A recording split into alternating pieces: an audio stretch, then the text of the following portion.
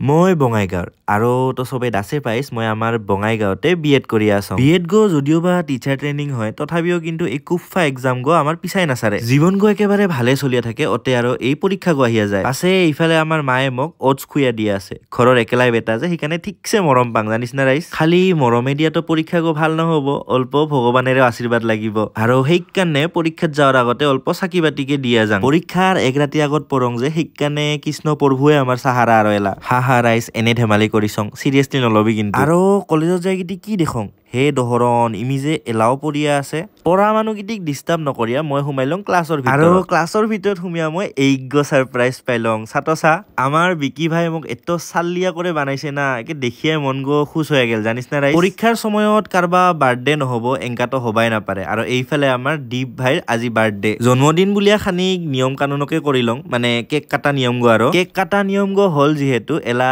cake খাওয়া নিয়ম গতকে কৰিয়ালং দুদিন আগতে আৰু মিঠা নাখাম বুলি ভাবিছিলং কিন্তু ফ্ৰীতে পাইলে তো আলকাতাৰাই খাম